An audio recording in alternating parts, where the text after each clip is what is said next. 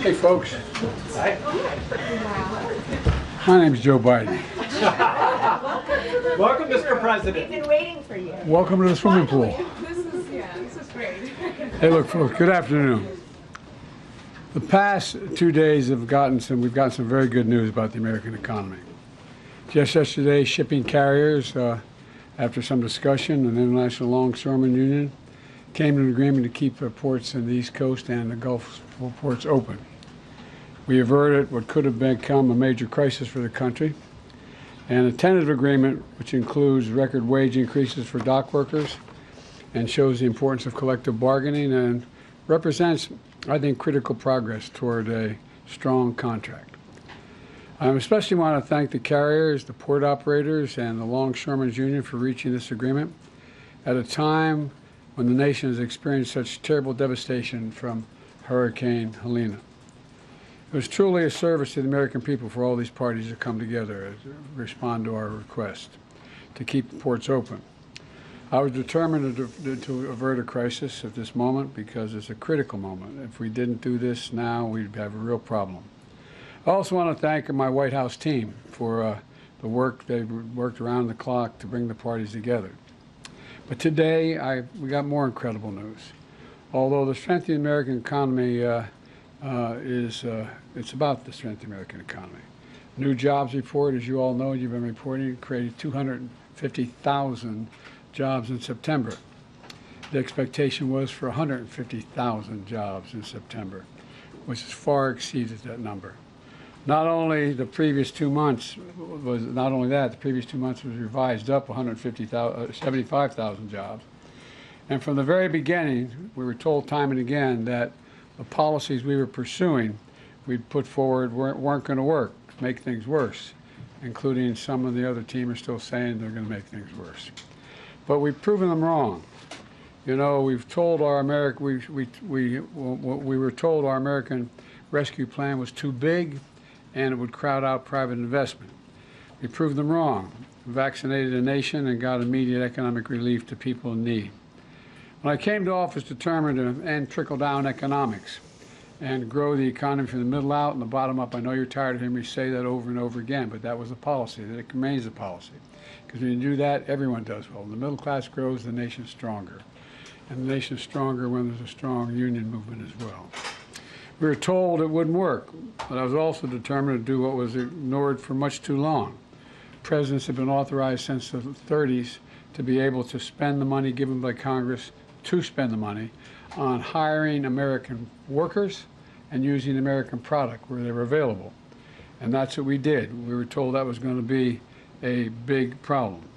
But all the money I was authorized to spend by the Congress has gone to hiring American workers and using American products. We were told it wasn't going to be, we were told that was going to be a big problem, but it's working. We're also told that our historic laws to invest in America and all Americans would crowd out private sector investment.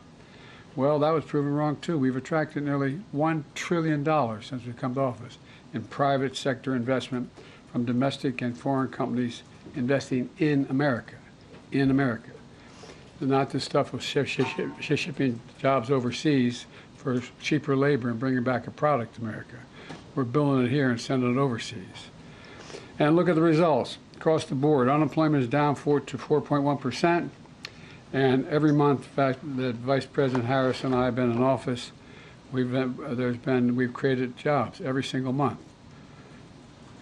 The nation has now created 16 million jobs since I've come to office, more jobs created in a single presidential term than any time in American history. Our GDP shows our economy grew at 10% under my administration. Unemployment reached the lowest level in 50 years. We're also told inflation couldn't come down without massive job losses or sending the economy into economic recession. Once again, outside experts were wrong. Inflation has come down. Wages have gone up faster than prices. Interest rates are down. Record 19 million new business applications have been filed for. The stock market continues to reach new heights. We've got more work to do, though. Keep getting prices down, like more affordable housing extending what I've done for seniors and lowering prescription drug costs by letting Medicare negotiate the prices, make sure that's available to everyone. And by the way, what we've done so far, just when we've brought down the prices for seniors under Medicare, it's saved the taxpayers billions of dollars. Billions of dollars. Saved the taxpayers billions of dollars. That's important to note, because they don't have to pay the exorbitant and irrational prices that these companies are charging. The simple fact is we've gone from economy in crisis to literally having the strongest economy in the world. And but we've got more work to do. We've got more work to do to deal with the things I've just mentioned, and we're going to have to deal with unforeseen cost of what this hurricane is going to cost. It's going to cost a lot of money. And I'm going to probably have to ask the Congress before we leave for more money to deal with some of those problems. But that remains to be seen. I'll take a few questions before I turn it over to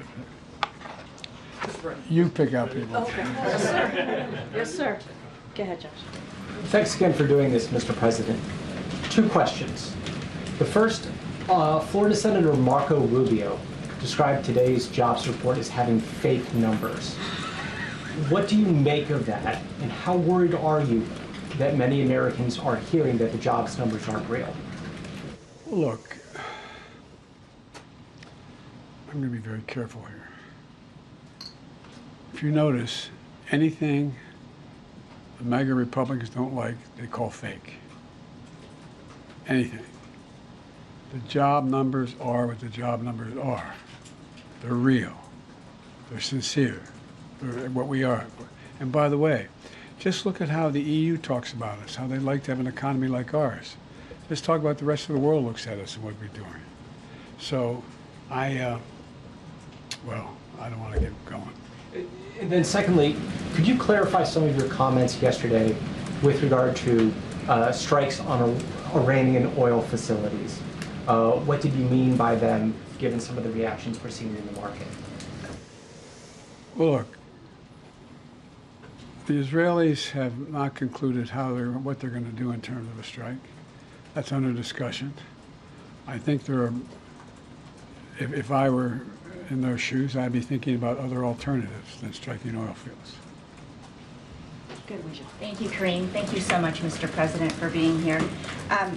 This week, Senator Chris Murphy said it's certainly a possibility that the Israeli government is not going to sign any diplomatic agreement prior to the election, which is what you have been calling for so long, potentially to try to influence the result. Do you agree? Do you have any worries that Netanyahu may be trying to influence the election and that's why he has not agreed to a diplomatic solution? No administration has helped Israel more than I have. None. None. None. And I think Bibi should remember that. And whether he's trying to influence the election or not, I don't know, but I'm not counting on that. You've said many times recently that you want to speak to him, that you plan to. No, I didn't say plan to. I didn't say want to. You don't want to? No, I didn't say that. You're making it sound like I'm seeking and then speaking. I'm assuming when they make the judgment of how they're going to respond, we will then have a discussion. Thank you. Thank you, Mr. President, for being here. What are you advising the Israelis to do in terms of their retaliation to Iran? And at this point, you still haven't spoken to Netanyahu. Is it fair to say that you have little personal influence over what he decides to do? No. Look, our teams are in contact 12 hours a day. They're constantly in contact. I've already had my presidential daily brief. We've already had interface between our military, the diplomats. It's in constant contact. They are trying to figure out, and this is high holidays as well. They're not going to make a decision immediately, and so we're going to wait to see when they want to talk. But over the past few months, they've consistently defied your administration's own advice. So do you believe that the Israelis are going to listen to the advice you're giving them? What I know is the plan that I put together received the support of the UN Security Council, the vast majority of our allies around the world, as a way to bring this to an end. Look, the Israelis have every right to respond to the vicious attacks on them, not just from the Iranians, but from the everyone from Hezbollah to Houthis to, anyway. And, but the fact is that they have to be very much more careful about dealing with civilian casualties. So how should they respond? You expressed concerns about attacks on Iranian oil facilities. How should they respond? That's between me and them. All right, we got to move on. Go ahead, Tam. The election is a month away. One, I'd like to know how you're feeling about how this election is going. And then also, do you have confidence that it will be a free and fair election and that it will be peaceful? Two separate questions. Very much. I'm confident it'll be free and fair. I don't know whether it'll be peaceful. The things that Trump has said and the things that he said last time out when he didn't like the outcome of the election were very dangerous. If you notice, I noticed that the vice presidential Republican candidate did not say he'd accept the outcome of the election. They haven't even accepted the outcome of the last election. So I'm concerned about what they're going to do. Are you making any preparations, getting security briefings related to domestic security?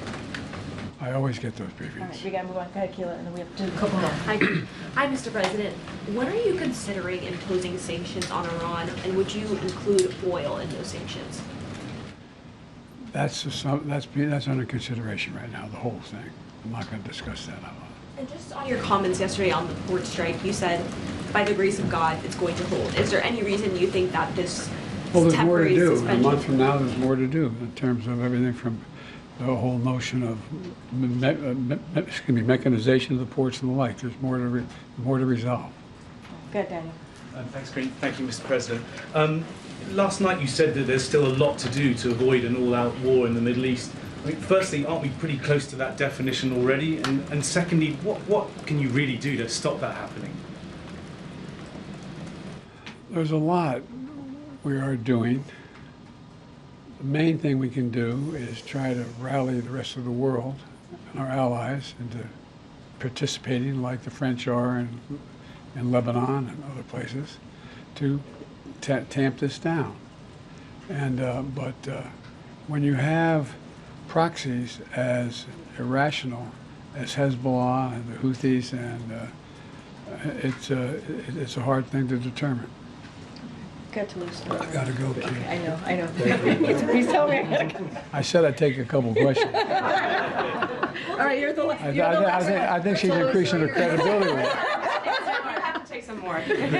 Toulouse, you're going to be the last one. Thank you, Mr. President. Thank you for spending some time here with us. There have obviously been a number of crises that the country has been facing over the past several days, with the hurricane, with the port strike, with the situation in the Middle East. Can you talk about how your vice president, who is running for the presidency, has worked on these crises and what role she has played over the past several days? Well, I'm in constant contact with her. She's aware we're singing from the same song sheet. She helped pass all the laws that are being employed now.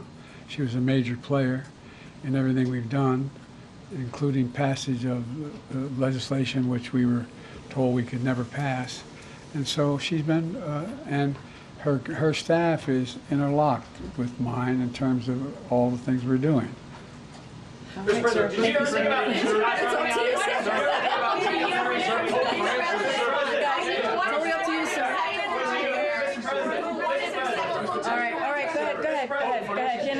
Nandita, sir, no, sir.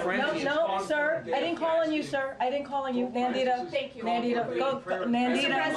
Mr. President, Pope Francis calling for a day of prayer and fasting. Prayer and fasting this Monday, October 7th. Your reaction, sir? I will prayer and fast. that's acceptable to you in terms of Israel's response. How long are you okay with Israel bombing Lebanon? What is acceptable to you? All right, guys, that's it. Thank you, everybody. Thank you, Mr. President. Thank you, sir. Thank you. Thank you. Thank you, sir. On Ukraine, have you made a decision on long-range weapons?